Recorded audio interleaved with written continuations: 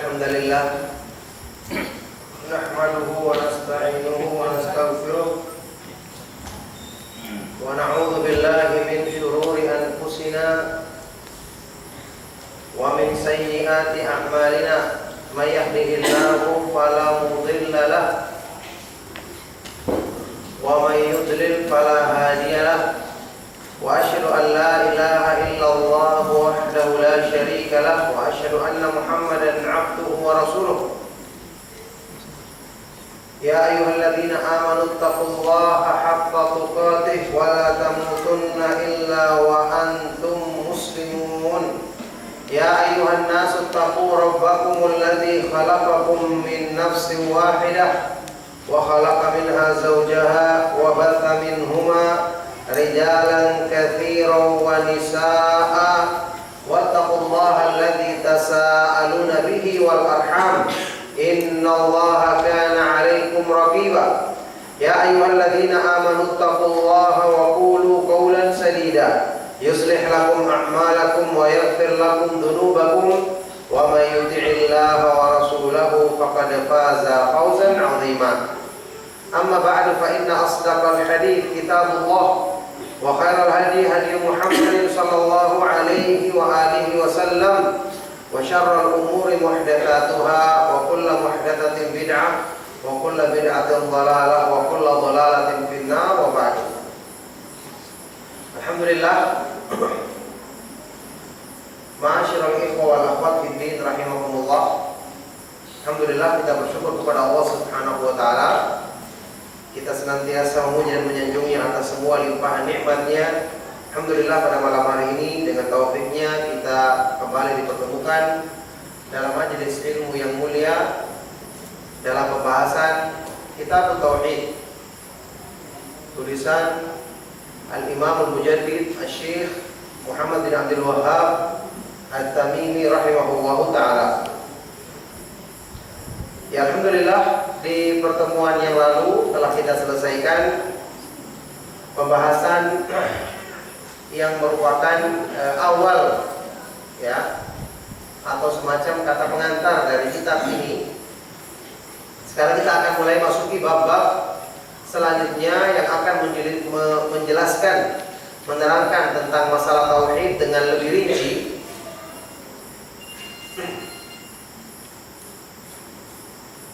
Tolong hapus saya ya. Salah, dinonaktifkan. Kita masuki sekarang babu fadli tauhidi wa ma yukaffiru minadz dzunub. Bab yang pertama adalah bab fadlu tauhid, keutamaan, kemuliaan tauhid, dan penjelasan tentang dosa-dosa yang digugurkan dengan tauhid.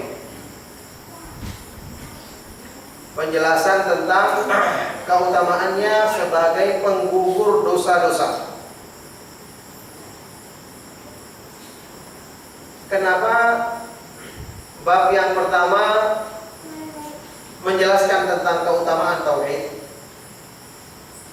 Apa sebabnya atau apa faedahnya? Pertama kali kita membahas sesuatu, kita kenal keutamaan dan kemuliaannya.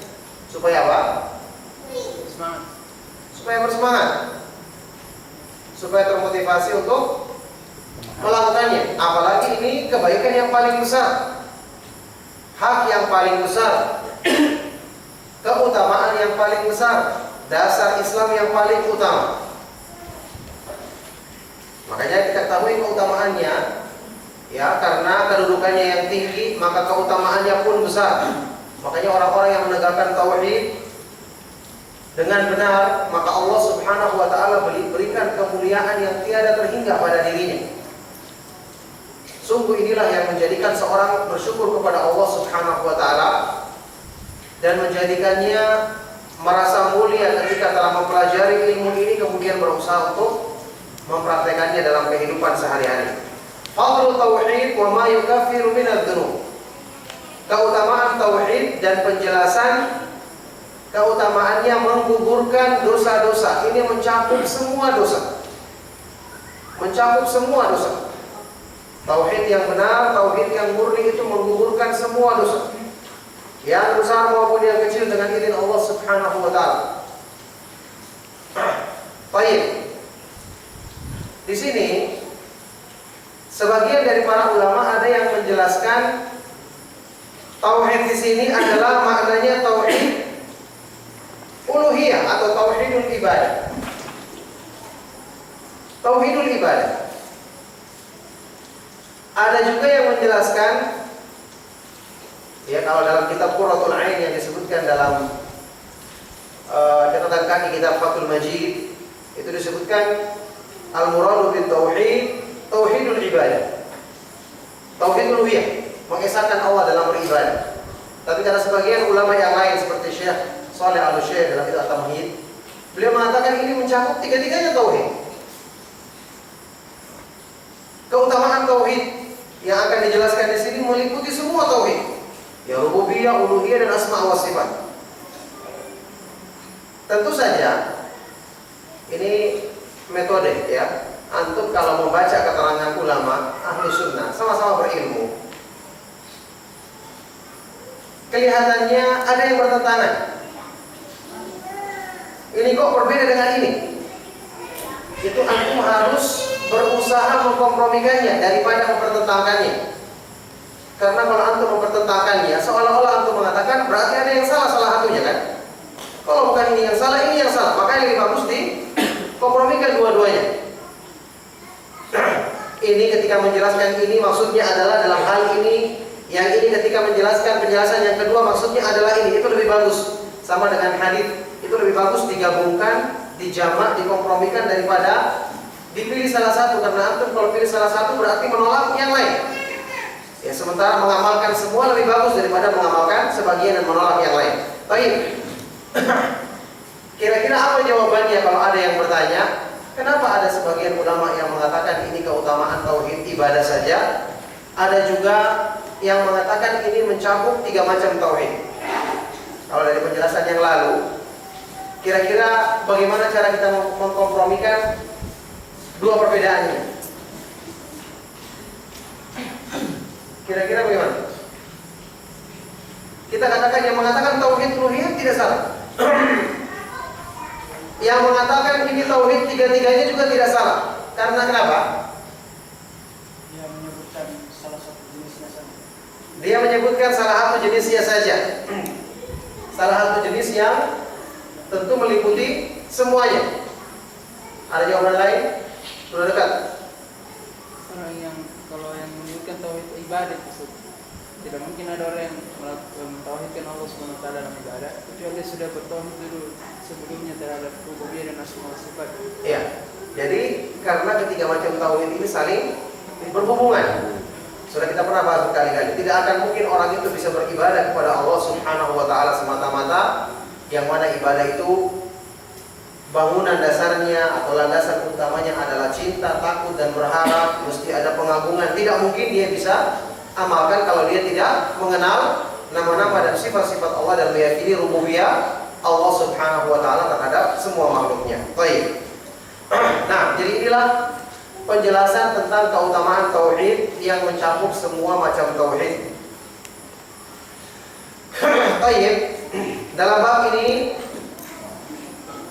ya, wa ma yukaffiru minadz dzunub, dan penjelasan tentang tauhid itu keutamaannya menggugurkan dosa-dosa. Saya katakan tadi ini meliputi semua dosa.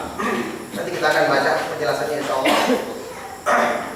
Baik, dalam bab ini pertama dibawakan adalah firman Allah Subhanahu wa taala dalam surah Al-An'am ayat ke-82.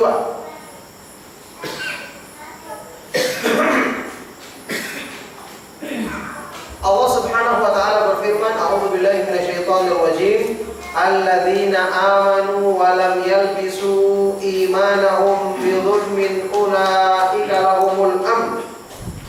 Ulaika lahumul amn wa hum muhtadun.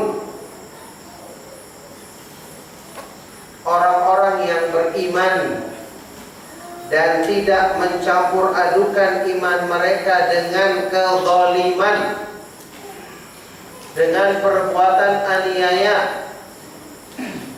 Mereka itulah yang akan mendapatkan keamanan,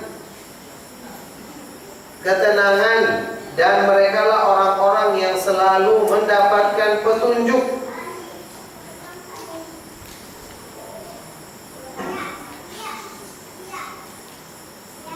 Ini ayat Al-Quran yang menjelaskan tentang keutamaan tauhid.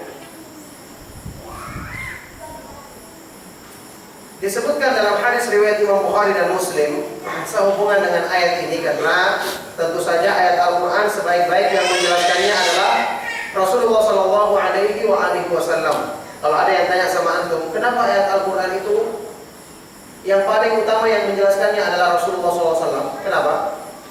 Kenapa bukan orang lain? Kenapa bukan manusia yang lain?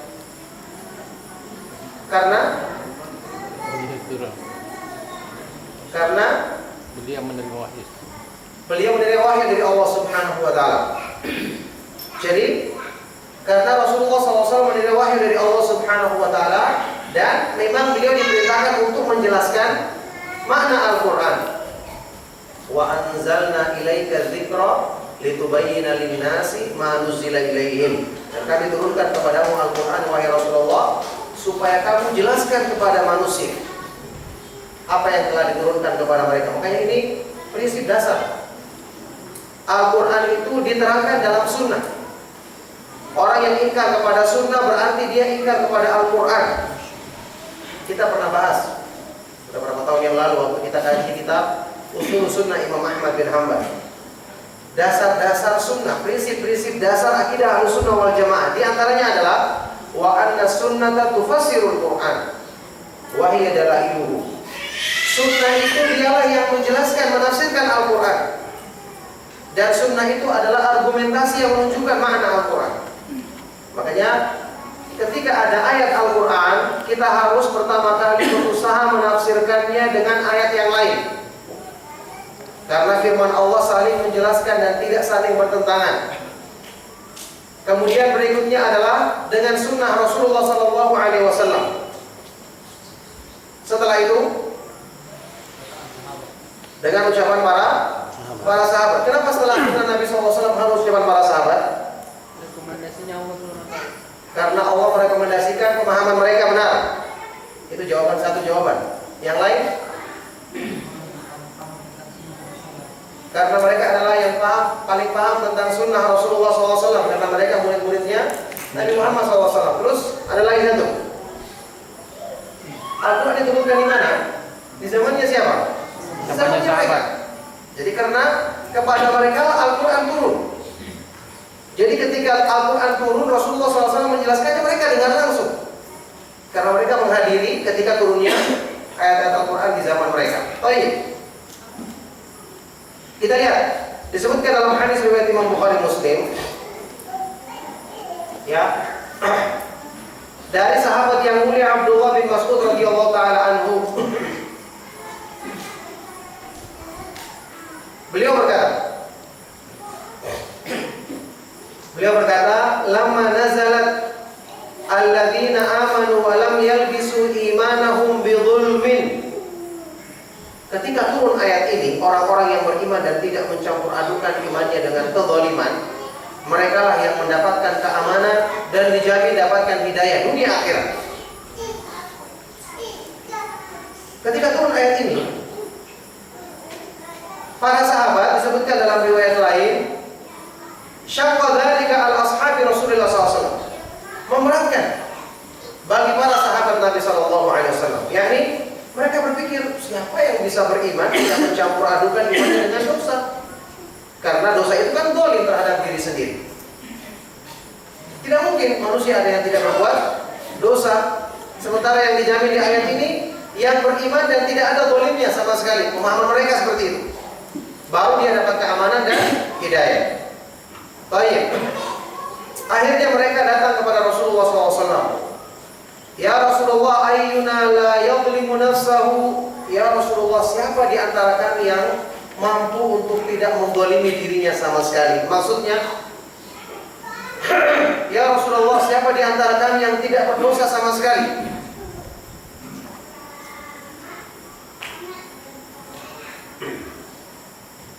Ini para sahabat radhiyallahu taala anhum ajma'in, dan inilah keutamaannya mereka.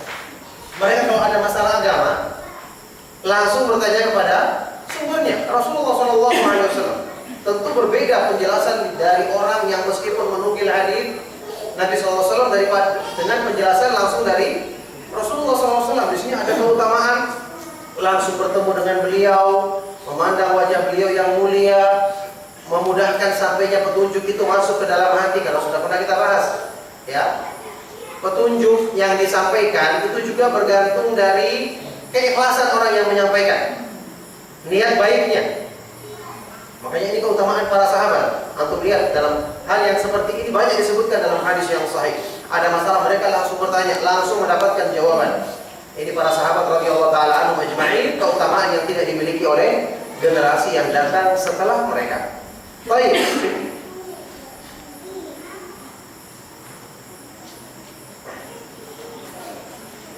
Wahai Rasulullah, siapa yang di antara kami yang mampu tidak menggolimi dirinya sendiri?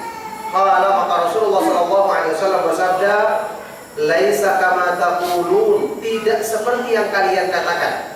Yani para sahabat radhiyallahu taala anhum ajma'in diluruskan, tidak seperti yang kalian sangka pemahamannya, bukan itu.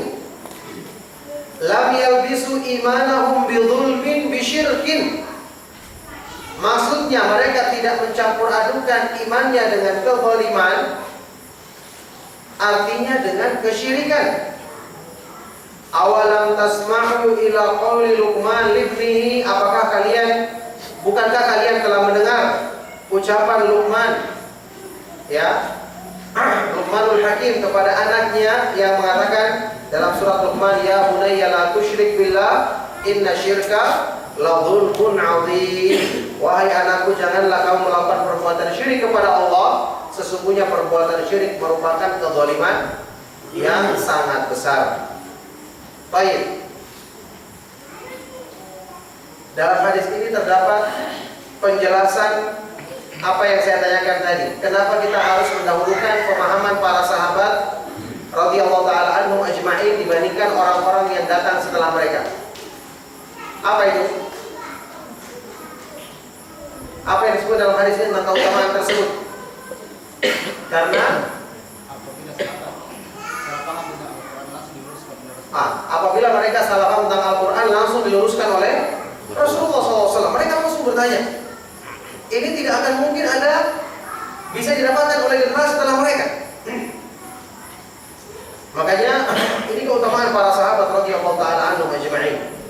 Makanya sebagian di antara para ulama itu ada yang, ya, ketika belajar Al-Quran seperti Imam Mujahid Ibnu Jabr Al-Makki, itu dia belajar kepada Ibnu Abbas, ya, dia bacakan Al-Quran satu ayat di hadapannya sampai selesai untuk menjelaskan ini tafsirnya seperti ini seperti ini seperti ini. Coba bayangkan. Makanya setelah para sahabat, para tabi'in, karena mereka yang langsung belajar dari para sahabat radhiyallahu taala anhum ajma'in. Inilah sebabnya pemahaman para ulama salaf dalam memahami Al-Quran itu terjaga, ya, dijamin oleh Allah Subhanahu wa taala, karena benar-benar, ya, mata rantai periwayatannya bersambung dan sampai kepada sumbernya, yaitu Rasulullah SAW yang mendapatkan wahyu dari Allah Subhanahu wa taala. Baik. Juga antum perhatikan, para sahabat itu orang yang paling fasih bahasa Arab. Bersamaan dengan itu, ketika mereka memahami dengan bahasa Arab saja bisa keliru. Apalagi orang tidak paham bahasa Arab sama sekali. Masya Allah, dari mana dia akan bisa memahaminya? Ya, ada sebagian orang di Indonesia itu ketika menafsirkan Al-Quran banyak terjemahannya saja, langsung kemudian ditafsirkan. Ada sebagian seperti di Jawa Tengah, yang itu terkenal majelis tafsir Al-Quran. Mereka mengingkari sunnah. Ketika menafsirkan pakai terjemahan, langsung diterjemahkan kemudian ditafsirkan. Oh, ini begini maknanya dan seterusnya. Itu kalau ditanya, radionya punya radio besar. Kalau ditanya, itu tidak ada satu pertanyaan pun yang dia dijawab. Semua diketahui. tapi tanpa ada dalil. Ya, bisa dikatakan jawaban mereka mengandung segala sesuatu kecuali ilmu syar'i. Jawabannya mengandung semua ilmu pengetahuan kecuali ilmu agama. Itu pujian atau celaan? Celaan ya. Tidak ada ilmu agama sama sekali. Ya, barakallahu fikum. Jadi ini contoh bahwa para sahabat saja kalau tidak ada bimbingan Nabi Shallallahu Alaihi Wasallam, mereka bisa memahami dengan keliru, karena perkara-perkara agama itu harus bersumber dari sisi Allah Subhanahu Wa Taala, tidak boleh hanya bersandar kepada akal atau pikiran manusia semata-mata. Baik, kita lihat penjelasan tentang ayat ini. Penjelasan tentang ayat ini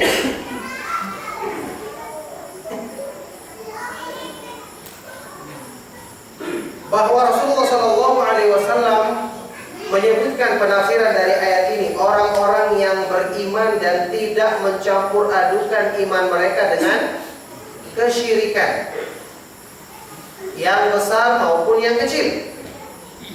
Mereka lah orang-orang yang mendapatkan keamanan, dan mereka lah orang-orang yang selalu mendapatkan hidayah. Coba lihat. Tauhid menjadikan seorang hamba itu tidak penakut, tidak pilor, ya, karena yang memberikan keamanan kepada mereka adalah siapa? Allah Subhanahu Wa Taala, pencipta alam semesta beserta isinya. Kalau yang menciptakan alam semesta menjamin, terus mau takut sama siapa? Wa'alam. Hadisnya Ibnu Abbas radhiyallahu taala anhu, Rasulullah SAW bersabda, "Wa'lam anna al-ummata law ijtama'at ala an yanfa'uka bi syai'in lam yanfa'uka illa bi syai'in qad kataballahu lak, wa in ijtama'u ala an yadurruka bi syai'in lam yadurruka illa bi syai'in qad katabahu Allahu 'alaik." Ketahuilah bahwa semua umat manusia, ya, bahwa semua umat manusia, kalaupun mereka bersatu padu untuk memberikan manfaat kebaikan bagimu, mereka tidak akan bisa kecuali dengan sesuatu yang telah Allah takdirkan kamu akan dapatkan. Sebaliknya, kalau mereka bersatu padu untuk mencelakakan kamu dengan sesuatu, mereka tidak akan bisa kecuali dengan keburukan yang sudah Allah takdirkan akan menimpamu. Jadi semua kembali kepada kekuasaan Allah. Makanya orang yang bertauhid, dia akan selalu ingat Allah yang menjamin keamanan bagi dirinya. Ya, maka menjadikan dia tidak takut dalam menjalankan kehidupannya. Jangankan cuma ancaman satu orang, ya, sama seluruh orang pun dia tidak takut, karena dia mengetahui segala sesuatu ada di bawah kehendak Allah Subhanahu Wa Taala. Masya Allahu kana wa ma lam yasha lam yakun. Apa yang Allah kehendaki terjadi, dan apa yang Allah tidak kehendaki maka tidak akan terjadi. Wahum muhtadun, dan mereka selalu mendapatkan hidayah. Kira-kira hidayah di sini artinya mencakup sebagian makna atau semua makna hidayah? Hukum asalnya kalau disebutkan sesuatu itu meliputi semua maknanya. Kalau tidak ada dalil yang mengkhususkannya, mencakup semua makna. Hidayatul irsyad, penjelasan, yakni ilmu, dan hidayatul taufik, amal, beramal.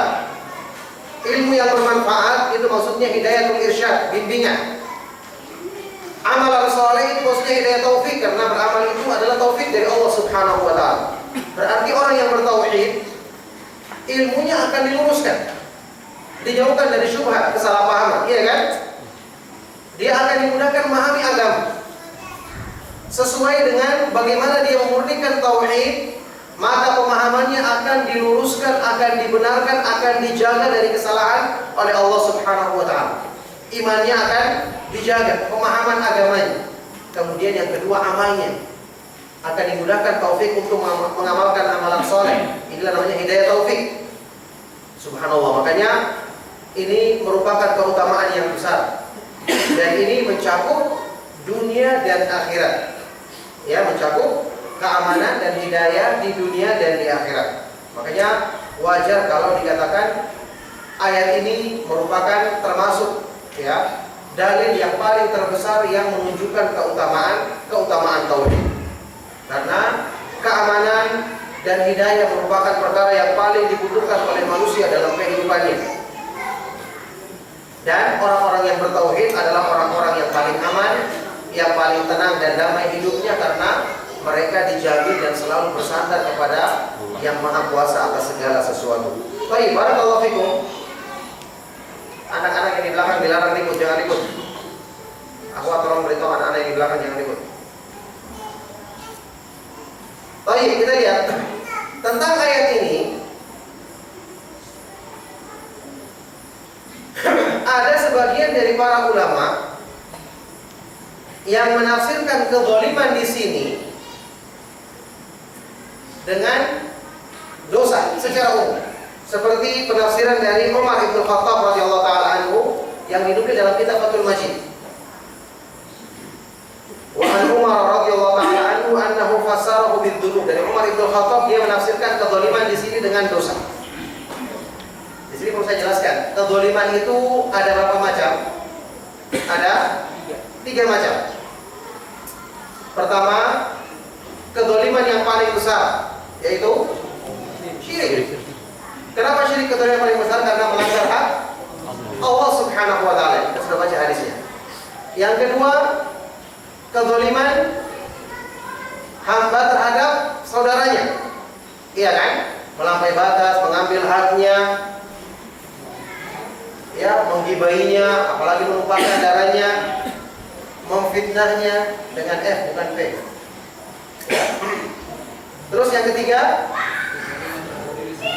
kezaliman pada diri sendiri dengan melakukan hal-hal yang melanggar perintah Allah Subhanahu wa taala. Ternyata dalam ayat ini Rasulullah SAW membatasi kezaliman cuma dalam satu perkara, yaitu kezaliman yang paling besar, perbuatan syirik kepada Allah Subhanahu wa taala. Jadi di sini yang diistilahkan oleh para ulama al-amu yuradu bihil khusus, lafaz umum yang kemudian dimaksudkan khusus. Kenapa lafaz umum? Aslinya kalau dikatakan dalam bahasa Arab, ya, walam yalbisu imanahum bidzulmin. Ini an-nakirah fi siyaqin nafi. Kalimat nakirah umum dalam bentuk penafian itu harusnya meliputi semua macamnya. Tapi karena ada dalil, maka kita khususkan. Karena ada hadis Nabi SAW, apalagi hadisnya riwayat Bukhari dan Muslim. Baik, Nabi SAW mengartikan zalim di sini ternyata satu jenis saja, yaitu zalim yang paling besar, perbuatan syirik. Nah sekarang ada penafsiran dari Umar bin Khattab seperti yang saya sebutkan tadi. Beliau menafsirkannya dengan semua dosa. Apa artinya? Beliau berarti menafsirkannya dengan semua bentuk kezaliman.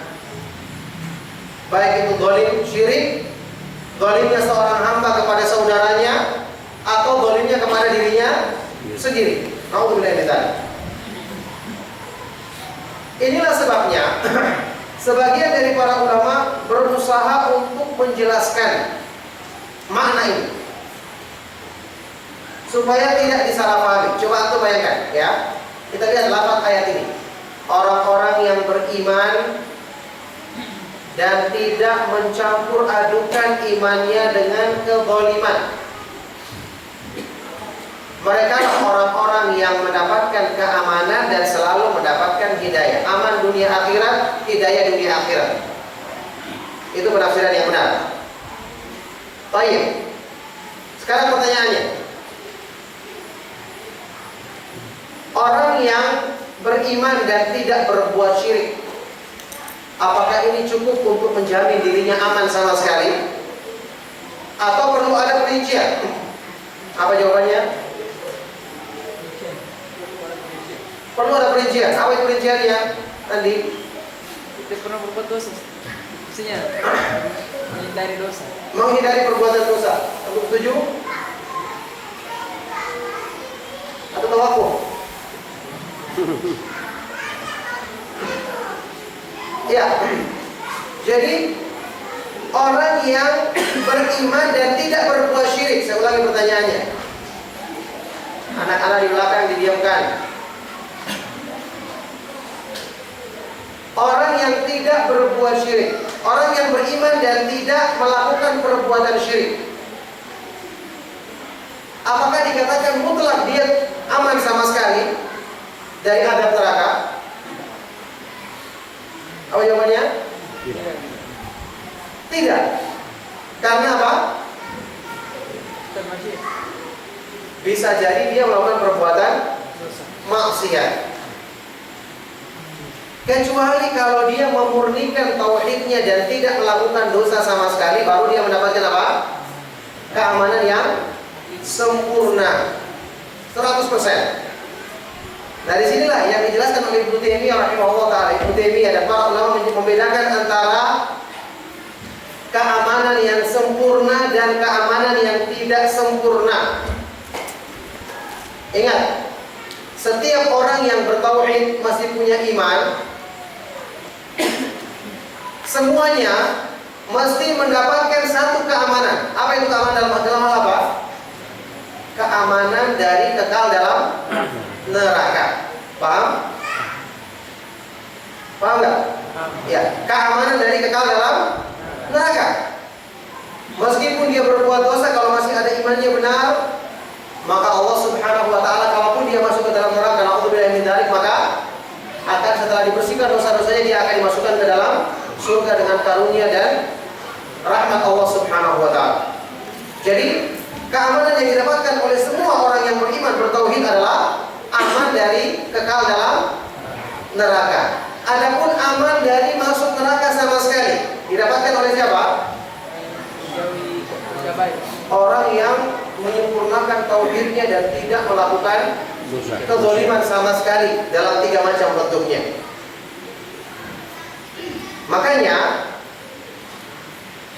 penafsiran yang dibawakan di sini dari Umar bin Khattab radhiyallahu taala anhu ini bisa diartikan benar. Yang dalam kitab Fathul Majid diterangkan di sini dari penafsirannya Umar bin Khattab bahwasanya dia menafsirkan dia orang-orang yang beriman dan tidak berbuat dosa sama sekali, tidak mencampur adukan dengan dosa sama sekali. Diterangkan fayakunul makna al-amnu min kulli adab. Berarti artinya ya, maka dengan ini berarti maknanya adalah dia aman dari semua adab, tidak ditimpa adab sama sekali kalau dia tidak berbuat dosa sama sekali. Coba Anda bedakan di sini. Berarti yang dijamin keamanannya yang sempurna adalah tauhid yang sempurna. Karena tauhid yang sempurna menjadikan hamba itu menjauhi semua perbuatan dosa.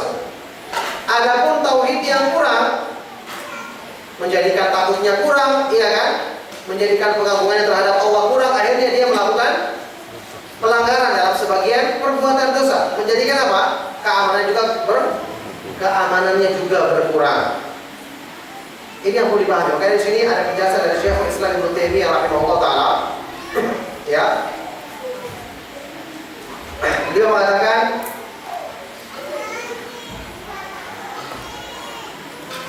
walladzi syaqqa 'alaihim annahum dhannu anna adh-dhalima al-mashruta 'adamuhu huwa dhulmul 'abdi nafsahu wa annahu la amna wa la ihtida'a illa liman lam yadhlim nafsahu. Yang menjadikan pemahaman para sahabat keliru atau merasa berat ketika turunnya ayat ini adalah karena mereka menyangka kezaliman yang harus ditiadakan dari iman adalah kezaliman terhadap diri sendiri, yakni tidak berbuat dosa sama sekali. Dan bahwasanya tidak ada keamanan dan petunjuk bagi orang yang kecuali bagi orang yang tidak menzalimi dirinya sama sekali. Maka Rasulullah SAW menjelaskan bahwasanya yang dimaksud dengan keamanan di sini adalah orang-orang yang tidak berbuat syirik, yakni orang yang menyempurnakan tauhid. Cuma keamanannya tergantung dari kesempurnaan tauhidnya. Makanya ayat ini tidak boleh kita pahami, oh berarti Bebas saja orang itu berbuat dosa, dia aman saja, dapat hidayah terus? Jawabannya tidak. Ya, karena ketika iman itu sudah dicampuri dengan kezaliman, apalagi sudah kita bahas dalam pertemuan yang lalu, bahwasanya di dalam sebagian ayat Al-Quran dan hadis-hadis yang sahih, apa itu? Disebutkan penghambaan diri kepada selain Allah Subhanahu wa Ta'ala, termasuk diantaranya apa? Orang yang mempertuhankan hawa nafsunya, atau orang yang menyembah apa? Harta, iya kan? Ta'isa abdud dinar, ta'isa abdud dirham. Celakalah orang yang menjadi hamba, menyembah uang emas, uang perak. Berarti kezaliman yang seperti ini jelas akan merusak atau mengurangi kesempurnaan tauhidnya, yang dengan itu keamanannya juga akan berkurang. Nah, coba untuk pahami dengan baik penjelasan ini supaya kemudian bisa kita mengkompromikan pendapat yang membatasi zalim di sini hanya perbuatan syirik, atau yang menjadikan kezaliman di sini dalam pengertian umum. Ada penjelasan Ibnu Taimiyah yang saya nukilkan tadi. Di akhirnya beliau mengatakan, ya,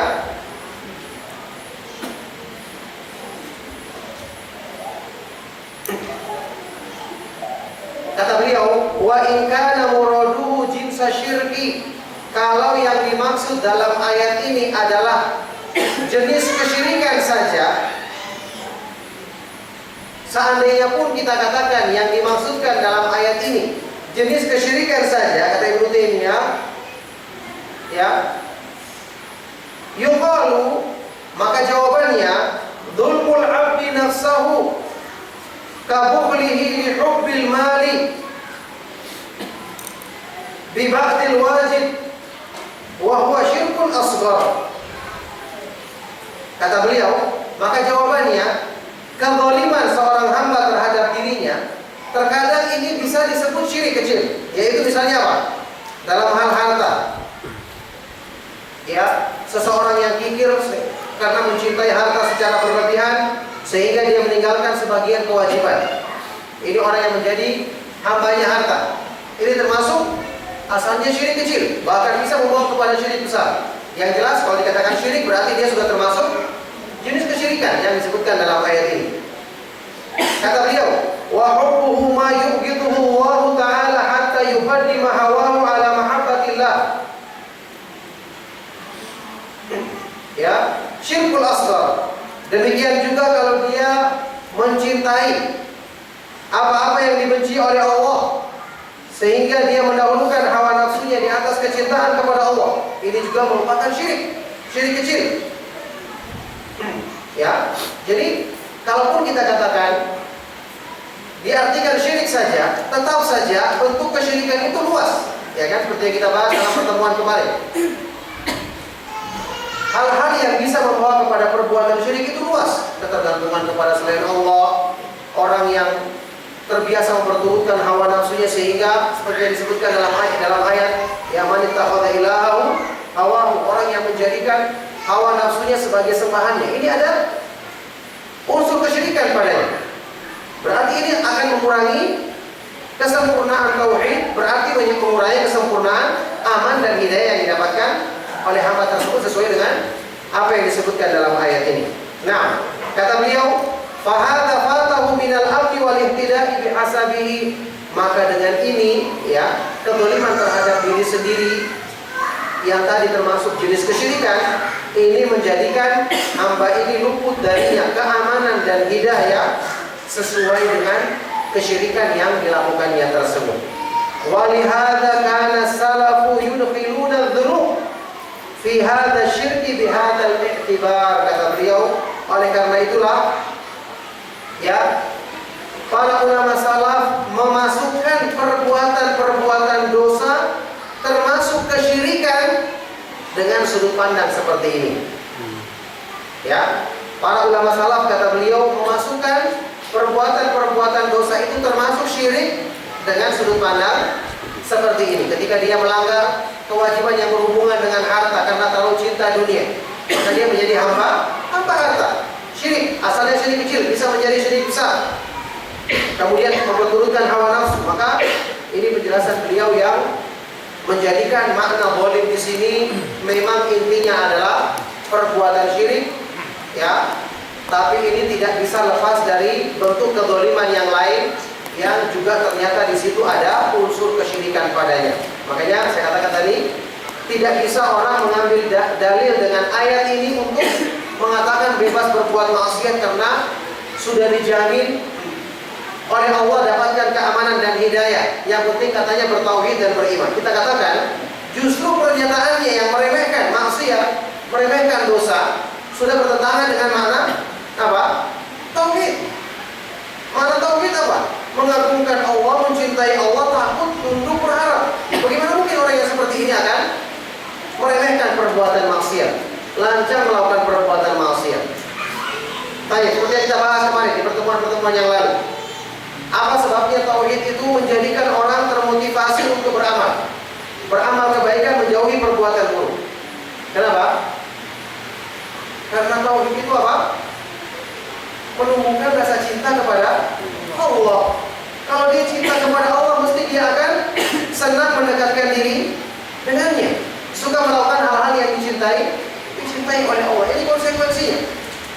Makanya iman yang benar menjadikan seorang hamba itu gembira berbuat baik dan merasa sedih ketika berbuat buruk, ya. Man sarrahu hasanatuhu wa sa'atuhu sayyi'atuhu fahuwa mukmin. Barang siapa yang gembira ketika berbuat baik dan sedih ketika berbuat buruk, maka berarti dia orang yang benar dalam imannya. Baik, berikutnya. Ini ayat yang pertama yang dibawakan. Dalil yang pertama tentang keutamaan tauhid.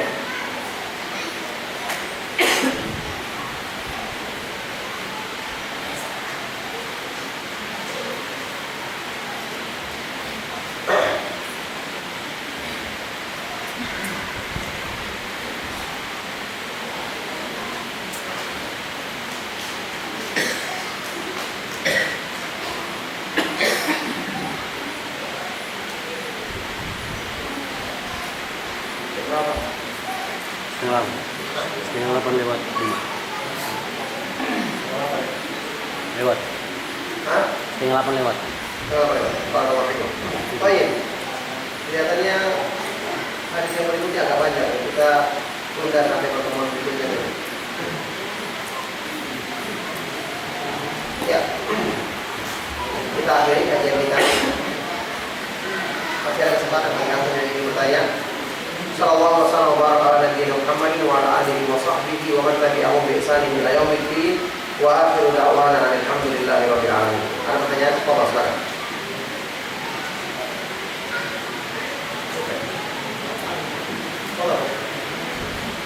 Ini sebuah yang sering kita lihat ini. Bahwasanya para sahabat yang mengatakan mereka itu semuanya naik dan turun. Adapun kita saat ini imannya bukan naik turun, tapi masuk dari keluar. Apa sebenarnya? Masuk. Ini istilah dari mana ini? Masuk tuh. Hah? Oh,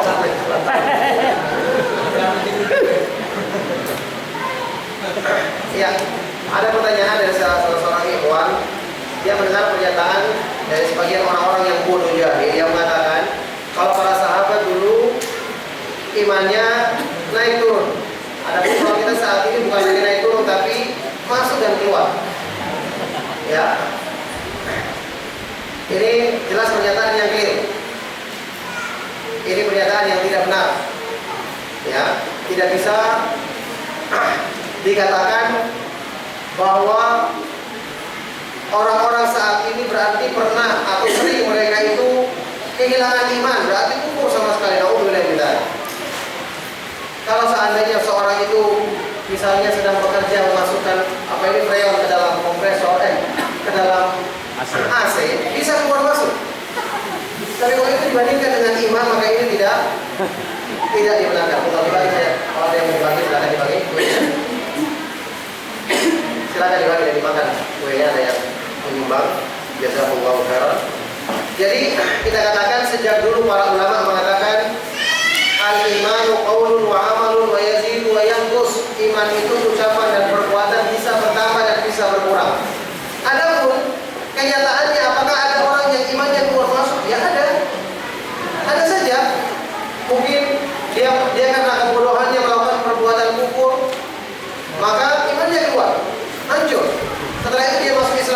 misalnya. Ya ada. Cuma orang seperti ini kalau berkali-kali ya disebutkan dalam Al-Quran adalah orang-orang yang dicabut darinya taufik.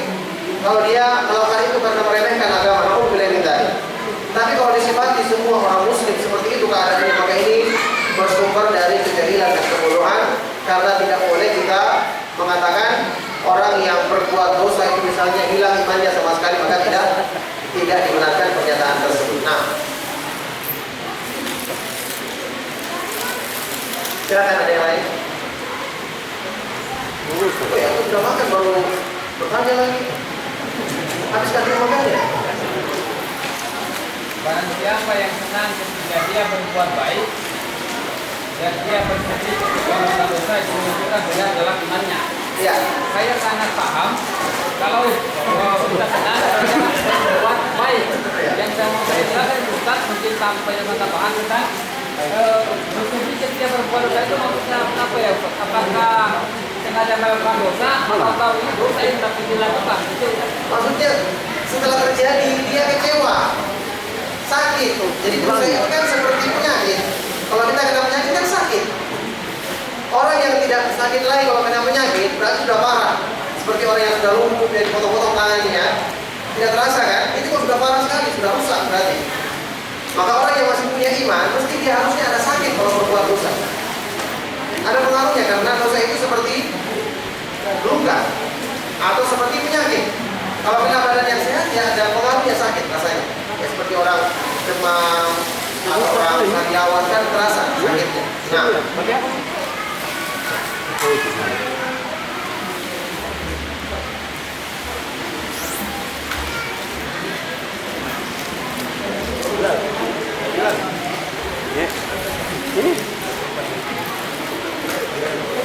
Ini Masya Allah.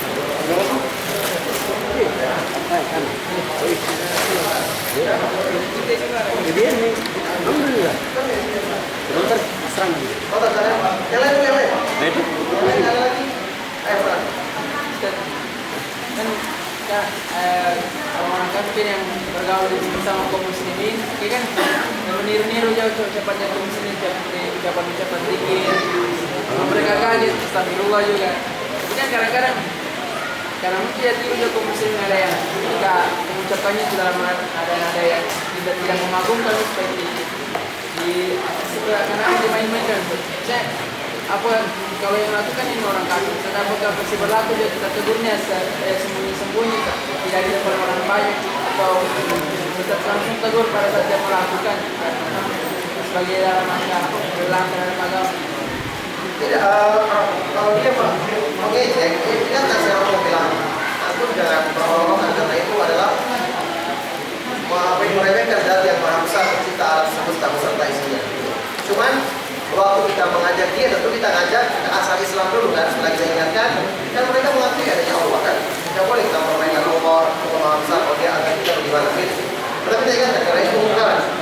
Dan orang-orang yang beriman tidak mungkin menyukai kemungkaran, apalagi Allah Subhanahu wa Ta'ala yang diremehkan. Nah,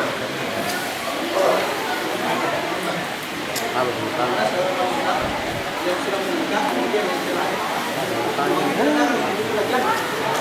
Kalau berperang dia sampai sekarang belum ada orang menikah. Kalau menikah dia pasang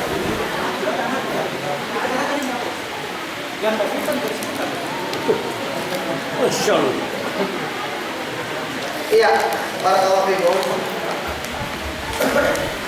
Dia dikatakan dalam istilah agama itu thayyib, ya. Bisa diartikan janda atau istilah yang seperti itu. Yang jelas ini kan hukumnya dia lain, dia tidak syar'i. Tetapi makanya orang yang menikah dengan yang seperti ini harus tahu keadaannya, harus dia bertobat dulu baru boleh menikah dengan laki-laki yang baik-baik, ya. Karena dilarang dalam Al-Quran untuk menikahi kalau dia belum bertobat, kalau dia belum perbaiki dirinya. Ya, makanya ini termasuk yang kendala yang terjadi kalau ada yang seperti ini. Adapun masalah istilah kita bisa katakan apa saja. Kita terangkan semua orang dia ini bukan lagi jadi karena sudah pernah melakukan seperti itu. Nah.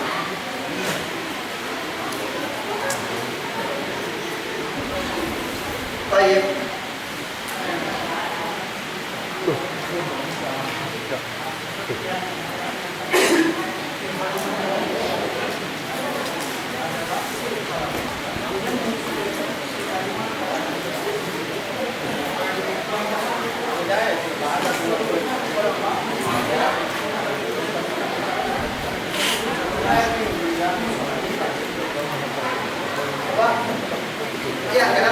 perbuatan bid'ah. Perbuatan bid'ah termasuk pembunuhan terhadap diri sendiri.